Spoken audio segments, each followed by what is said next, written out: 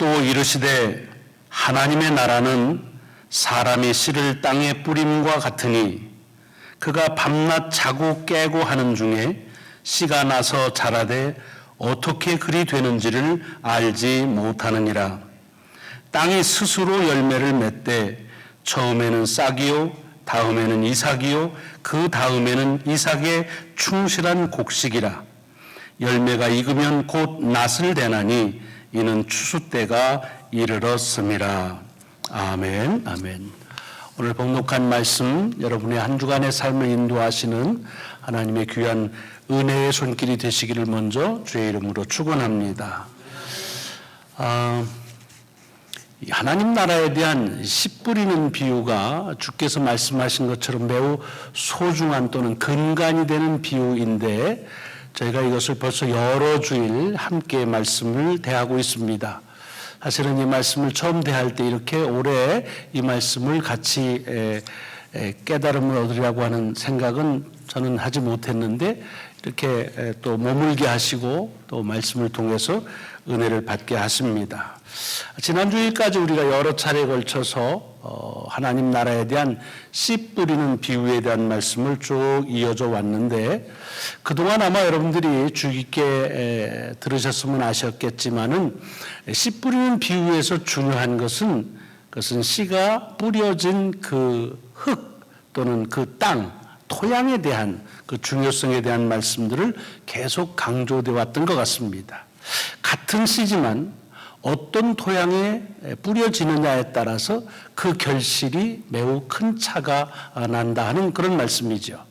물론 씨를 뿌리는 농부의 입장에서는 씨를 뿌리는 모든 씨가 좋은 토양에 다 잘 뿌려져서 그래서 좋은 열매를 맺는 것을 같지만 그러나 주님께서 말씀하시는 그런 가르침 중에는 좋지 않은 땅도 있다 하는 겁니다. 그래서 씨만 낭비하는 것처럼 보여주는 그런 곳도 있다는 겁니다.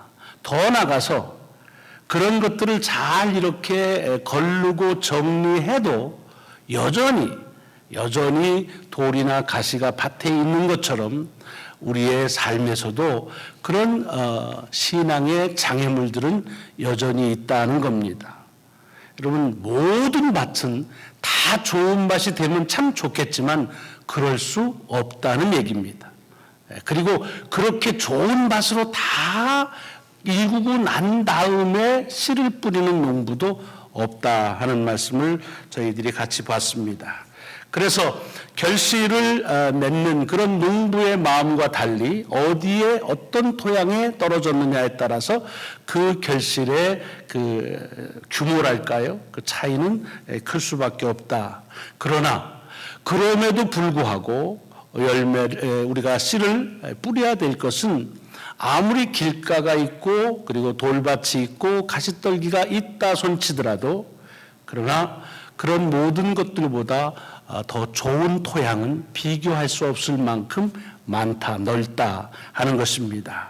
그래서 이것을 하나님의 말씀을 우리가 전하는 것을 씨를 뿌리는 것이라 그랬는데 하나님의 말씀을 전하는 것도 마찬가지죠. 우리가 이게 전도 캠페인을 하지만은 여러분들이 하나님께 나가서 말씀을 전할 때 다 결실을 맺을 그런 소망을 가지고 합니다. 그러나 이게 우리가 기운 빼는 게 아니라 주님 말씀하시는데 분명히 그렇지 못한 대상자들도 있을 것이다. 그러니까 그것을 너무 놀라지 말라는 거지요. 더군다나 모든 사람이 다 주의 말씀을 다 받을 수 있도록 준비된 다음 그 다음에 전도할 날은 오지 않는다는 겁니다. 그렇게 말씀을 받지 않는 그런 대상자들이 있을지라도 말씀을 전하는 이유는 뭐냐? 그래도 주의 말씀을 통해서 그래서 결실 맺어질 때에 그 결실은 우리의 계산과는 다르게 여러 배의 결실을 얻을 수 있다고 하는 사실 때문에 그렇습니다. 지난주에 참 귀한 말씀을 저에게 주셨습니다. 이 땅에 대한 얘기를 하면서 우리가 어떻게 땅을 헤아리느냐, 어떻게 짐작하고 예측하느냐에 따라서 그것은 그냥 헤아리는 것으로 끝나는 것이 아니라 그 헤아림이 바로 우리를 헤아린다는 말씀을 들었습니다. 다시 말하면 이 밭을 얘기할 때 이 밭에 그냥 뿌려지는데 없어지는 씨를 헤아리면 그렇게 헤아릴수록 점점 더 피폐해지고 핍절해지는 결과로 갈 수밖에 없습니다. 그러나 하나님께서 그 속에서 적은 수라 할지라도 하나님께서 결실을 맺게 하시는 그 결실을 헤아리면 그러면 그 결실은 점점 더 많아진다는 얘기입니다. 이것은 뿌린 씨의 토양에 대한 얘기가 아니라 우리의 삶의 자체가 그렇습니다. 여러분, 그래서 말씀드렸습니다. 걱정을 헤아리면 그냥 걱정만 헤아리고 끝나는 것이 아니라 그 걱정이 바로 나를 헤아린다는 것입니다. 반대로 축복을 헤아리면 그냥 축복 헤아리고 명시하는 것으로 끝나는 것이 아니라 그 축복이 나를 헤아린다. 그러니까 우리가 무엇을 헤아리냐 하는 것은 매우 중요하다. 그리고 그 헤아림에 따라서 우리에게 주어지는 결실은 사뭇 달라진다 하는 말씀들이 지금까지 이 씨 뿌리는 비유에서 토양의 중요성, 다시 말하면 하나님의 같은 말씀이 선포되고 전달이 되고 또 우리의 삶에 심어졌더라도 누가 그것을 어떻게 받느냐, 어떤 그런 그 마음을 가지고 어떤 그런 관점을 가지고 그 말씀에 대하느냐에 따라서 아주 다른 은혜의 규모랄까요? 또 은혜의 폭이 달라질 수 있다고 하는 말씀입니다.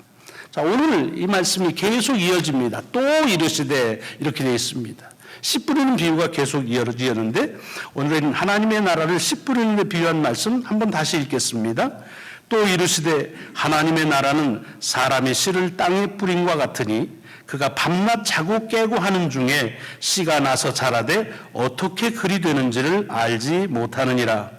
땅이 스스로 열매를 맺되 처음에는 싹이요 다음에는 이삭이요 그 다음에는 이삭의 충실한 곡식이라. 열매가 익으면 곧 낫을 대나니 이는 추수 때가 이르렀음이라 하는 말씀입니다. 여러분, 같은 씨 뿌리는 비유의 말씀인데 지금까지 주어진 말씀들은 이 뿌려지는 그 씨가 뿌려지는 토양, 그 밭에 대한 말씀, 다시 말하면 하나님의 말씀을 듣는 그 대상에 대한 말씀이 주 포인트였다고 한다면 오늘 본문은 그렇게 밭에 뿌려지는 씨를 주목하라는 말씀입니다. 여러분, 물론 토양에 따라서 여러 결실이 달라져서 그래서 토양이 좋은 것이 매우 귀한 것이지만 그러나 결실을 맺기 위해서 가장 우선돼야 될 것은 뭐냐? 그것은 씨라는 겁니다. 씨. 말씀이라는 뜻이죠. 그러니까 하나님의 그런 사역 가운데 가장 중요한 것은 말씀에 대해서 어떻게 리스판스 하느냐 하는 것도 중요하지만 그 리스판스 전에 중요한 것은 하나님의 말씀 자체에 대한 관심이라는 것입니다. 그리고 오늘 본문에 보면은 여러분 어떻게 들으셨는지 모르지만 이 씨는 심으면 그 다음에는 스스로 자라난다는 겁니다. 어느 정도냐 하면 씨를 심은 사람이 어떻게 자라는지를 모르게 그렇게 그냥 스스로 자생한다는 것입니다. 그래서 열매를 맺어 추수할 때에 이르게 된다 하는 얘기입니다. 그러니까 이건 씨에 대한 말씀 우리들로 주목하게 하시는 그런 말씀으로 오늘 우리에게 준 말씀으로 들으셔야 할 것입니다. 자, 여기 보면 그러면 씨가 심겨지면 스스로 자란다고 하는데 그럼 우리가 아무것도 안 해도 되느냐? 그냥 말씀이 그냥 스스로 역사하신다. 하나님의 말씀은 생명력이 있으니까 스스로 한다. 그렇게 들리지만 사실은 거기에 간구하지 말아야 될 것이 있습니다. 씨는 심겨지면 스스로 자라지만 그러나 씨는 스스로 심겨지지 않는다는 것입니다. 그래서 여기에 사람이 씨를 심어야 된다는 말씀을 쓰고 계시는 겁니다. 하나님의 말씀이 능력인데 하나님의 말씀은 하나님 말씀 스스로 모든 사람들을 향해서 물론 하나님의 강권적인 역사로 그럴 수 있지만은 대개의 경우는 그렇게 하기보다는 사람들을 통해서 선포하게 하고 우리의 삶에 심겨질 때에 그때에 비로소 하나님의 말씀이 생명력을 가지고 역사한다고 하는 얘기입니다. 다시 얘기하자고 한다면 이 스스로 자라는 씨가 그 자라게 하기 위해서 먼저 해야 될 것, 우선해야 될 것은 그 씨를 밭에 심는 것이 중요하다는 것입니다. 여러분, 이것이 아마도 우리가 이 전도 캠페인을 하고 있는 그런 목적에 다일 것입니다. 이유에 다일 것입니다. 전하자는 것입니다. 왜? 전해면 그러면 그 전해진 그 하나님의 말씀이 그 말씀의 생명력과 자생적인 능력을 가지고 역사하신다고 하는 것을 주께서 말씀하시는 거니. 그러니까 우리의 역할은 그 말씀을 전하는 것입니다. 거기까지입니다. 그러니까 오늘 본문에 보니까 그렇게 하고서 그냥 늘 밤에 자고 낮에 깨고 그래도 그냥 어떻게 자라는지 모르는구나. 그냥 뒷짐지고 가만히 있으면 되는구나. 이 말씀을 그렇게 보시면 안 됩니다. 여러분, 세상에 농사 짓는 농부가 땅에 씨를 심어놓고는 그냥 반낮 뒤집어 자고 그러는 농부는 없습니다. 여기 이 말씀은 자고 깨고 하는 일상적인 것들을 반복하면서도 씨가 어떻게 나서 싹이 되고 그 싹이 자라서 어떻게 이삭이 되고 열매를 맺는지를 농부는 다 이해 못한다 하는 얘기입니다. 이 말은 다시 바꿔 말하자면 농부가 하는 어떤 노력과 수고도 씨가 자라서 싹이 되고 싹이 자라서 열매를 맺는 데에 거기에 기여하는 것이 없다는 얘기입니다. 여러분, 씨가 심겨져서 자라려면 몇 가지 요소들이 있어야 된다고 말합니다. 이거를 전문적으로 얘기하면 굉장히 많겠죠. 근데 우리 그냥 상식적으로 얘기하자고요. 씨를 위해서는 수분이 필요하죠. 비가 내려야 되죠. 그 다음에 햇빛이 있어야죠. 바람도 불어줘야죠. 땅에 골고루 양분이 있어야 될 것입니다. 그러면 이제 씨는 자라서 싹이 되고 열매를 맺게 된다고 우리가 말합니다. 근데 이런 씨가 자라게 하는 그런 그 양분들이나 또는 요소들이 있는데 이것 중에 어느 것 하나 농부가 공급하는 것은 없다는 것입니다. 농부가 비가 오게 하는 것도 아니고 햇빛은 더더욱 바람, 양분 어느 것 하나도 농부가 그 씨를 나게 하는데 그 필요한 요소들을 공급해 주지 못한다는 것입니다. 이런 모든 것들은 하나님께서 공급하셔서 그것을 스스로 자란다는 말로 오늘 본문에 주님은 말씀하시는 겁니다. 그럼 또 어떤 분은 이렇게 질문하겠죠. 그래도 씨 심고서 물도 주고 거름도 주고 이렇게 해가지고 하는데, 그렇게 하지요. 그러나 그런 것들은 사실은 그 씨가 자라는 데 도움을 조금 줄 뿐이지 그것 가지고 씨가 싹이 나고 열매를 맺게 하지 못합니다. 그럼 비가 전혀 오지 않는데 물을 가지고서만, 요즘엔 워낙 농경 기술이 발달이 돼서 그럴 수 있는지 모르지만 이때 얘기를 하자고요. 이때 그런데 그것을 물을 가지고서 농사를 짓는다? 이것은 불가능한 얘기입니다. 물은 어떻게 한다 하지라도 햇빛을 어떻게 합니까? 바람은 어떻게 합니까? 흙 속의 양분은 어떻게 합니까? 거름 주지. 이 거름이라는 게 사실은 사람의 생산의 욕심 때문에 일어난 겁니다. 그럼 저희가 오래전에 선교에 나가서 같이 경험했던 호피족이라고 아리조나에 있습니다. 그 호피족은 지금도 농사를 지을 때 그냥 천수답에 짓습니다. 그 천수답 농사를 짓는다는 말은 아무것도 하질 않습니다. 그냥 옥수수 심어놓고 그리고 비가 오면 그러면 자라게 합니다. 그러니까 비가 언제 오느냐, 이렇게 그 바람이 어떻게 불어주느냐, 흙의 토양은 어떠냐에 따라서 사뭇 그 결실이 달라질 수 있습니다. 근데 그때 놀란 건 뭐냐 하면 오늘 본문에서 좀 지나갑니다만은 그렇게 해서 비가 오질 않는 해가 있을 거 아닙니까? 그러면 수확이 확 준다는 거죠. 그럼 어떡하느냐 했을 때 그분들이 얘기하는 대답은 아주 단순하지만 명료했습니다. 조금 먹으면 된답니다. 수확이 작으면 조금 먹으면 된다는 거예요. 근데 거기서 우리들이 포인트하는 건 뭐냐면 하나님께서 열매를 맺게 하시는 것은 스스로 하게 하시는 것이고 우리는 그걸 조금 도우는 거지. 그러니까 엄밀히 말하면 농사는 농부가 짓는 게 아닙니다. 하나님이 지어 가시는 것들을 바라보고 그리고 그것들을 수확하는 것뿐입니다. 그러니까 오늘 본문 속에서도 보면서 땅이 스스로 자라게 한다는 말은 그 땅 속에 있는 양분을 어느 하나도 농부가 아무리 기술이 해도 그것은 대신할 수가 없습니다. 이때는 그렇습니다. 그러니까 씨가 심겨져서 싹이 나고 그것이 열매를 맺는 데에는 농부의 탁월한 기술이 필요하다는 것이 아닙니다. 다 그런 것들은 그 씨가 스스로 하나님께서 필요한 것들을 공급하셔서 스스로 열매 맺게 하신다는 것입니다. 사실은 이것은 꼭 씨가 열매 맺는 것만 그런 건 아닙니다. 우리가 살아가는 삶도 보면요, 정말로 필요한 것들은 다 하나님께서 공급해 주시는 것으로 삽니다. 그래서 우리가 이렇게 생각하면 되더라고요. 우리가 거래하는데 제일 비싼 거, 그건 제일 소용이 없는 것들입니다. 제일 싸고 많은 거, 그게 가장 소중한 겁니다. 없어서는 안 되는 것은 참 쌉니다. 어떤 거는 거의 공짜로 먹습니다. 근데 필요 없는 것들, 그런 것들은 희소가치 때문에 괜히 돈을 많이 줍니다. 그러니까 그건 속을 필요가 없어요. 하나님께서 우리의 삶에도 사실은 우리가 우리 스스로 살아내는 것이 아니라 하나님께서 살게 하시는 것으로 우리 하나님이 스스로 우리를 살게 하시고 그것을 우리는 누리는 것뿐인 것입니다. 그럼 오늘 본문 속에서 우리가 그러므로 눈여겨봐야 될 것은 뭐냐? 하나님의 말씀이 우리가 심었다, 전파했다, 우리 삶 속에 심었다고 할 때 그때 하나님의 역사는 그 말씀 스스로 일어난다는 것입니다.